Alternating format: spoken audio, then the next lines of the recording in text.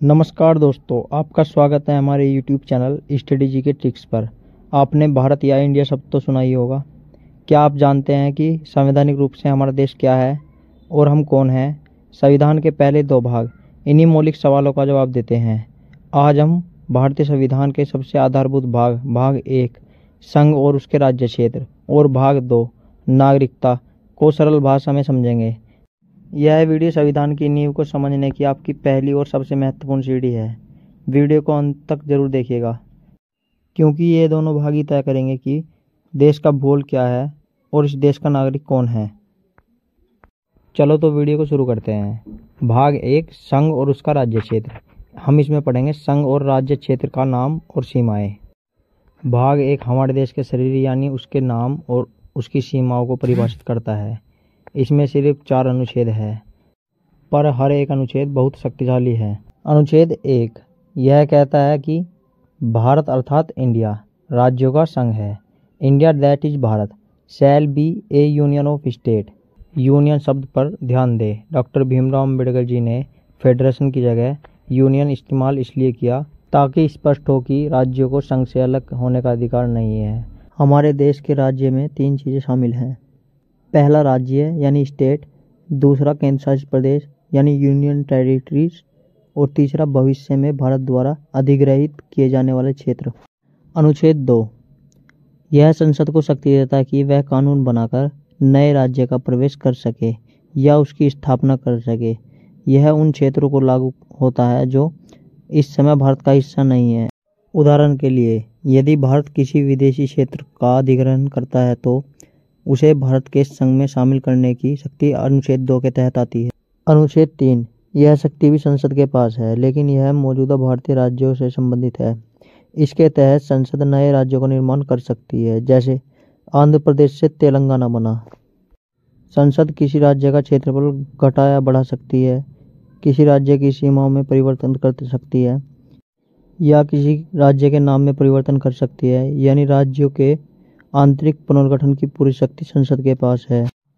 अनुच्छेद 4 यह स्पष्ट करता है कि अनुच्छेद 2 और अनुच्छेद 3 के तहत संसद द्वारा बनाए गए किसी भी कानून को संविधान का संशोधन आर्टिकल 368 के तहत नहीं माना जाएगा।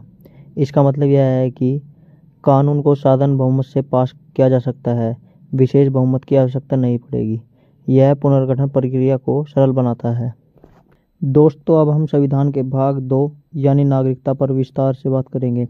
यह भाग अनुच्छेद 5 से लेकर 11 तक फैला हुआ है। इसका मुख्य उद्देश्य यह तय करना था कि 26 जनवरी 1950 को जब संविधान लागू हुआ तब कौन कौन भारत के नागरिक थे और नागरिकता पर कानून बनाने की शक्ति किसके पास है। तो शुरू करते हैं। भाग 2 नागरिकता के प्रावधान। अनुच्छेद 5 संविधान के प्रारंभ पर नागरिकता डोमिसाइल के आधार पर। यह उन व्यक्तियों को नागरिकता प्रदान करता है जो संविधान के प्रारंभ पर यानी 26 जनवरी 1950 को भारत के अधिशासी यानी डोमिसाइल थे। इसका मतलब यह है कि जब हमारा देश का संविधान लागू हुआ तो वह भारत में रहते थे। नागरिक बनने के लिए उन्हें भारत के अधिशासी होने के साथ साथ इन 3 शर्तों में से किसी एक शर्त को पूरा करना था। नंबर 1, उसका जन्म भारत में हुआ हो या उसके माता पिता में से किसी एक का जन्म भारत में हुआ हो या संविधान लागू होने से ठीक पहले वह कम से कम 5 वर्ष तक भारत में साधारण तौर पर निवास कर रहा हो। अनुच्छेद 6 पाकिस्तान से भारत आने वाले लोगों के अधिकार। यह अनुच्छेद उन व्यक्तियों से संबंधित है जो पाकिस्तान से भारत आए। देश का बंटवारा हुआ था, इसलिए वह विशेष प्रावधान लाया गया। नागरिकता के लिए इसमें एक महत्वपूर्ण तिथि निर्धारित की गई, 19 जुलाई 1948।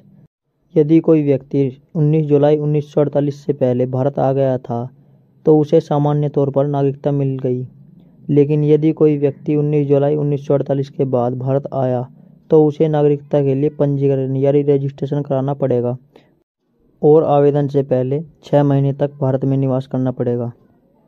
अनुच्छेद 7 पाकिस्तान जाकर वापस आने वाले लोगों के अधिकार। यह उन लोगों पर लागू होता है जो 1 मार्च 1947 के बाद भारत से पाकिस्तान चले गए लेकिन किसी कारणवश बाद में भारत वापस लौट आए। चूंकि वे वापस लौट आए, उन्हें भारत सरकार से पुनर्वास पर परमिट लेना पड़ेगा और पंजीकरण के लिए आवेदन करने से पहले कम से कम 6 महीने तक भारत में निवास करना आवश्यक होगा। अनुच्छेद 8 भारत के बाहर रहने वाले भारतीय मूल के व्यक्तियों के अधिकार। अनुच्छेद 8 उन लोगों के लिए था जो भारतीय मूल के थे, यानी जिनके माता पिता या दादा दादी अविभाजित भारत में जन्मे थे लेकिन भारत के बाहर किसी अन्य देश में रहे।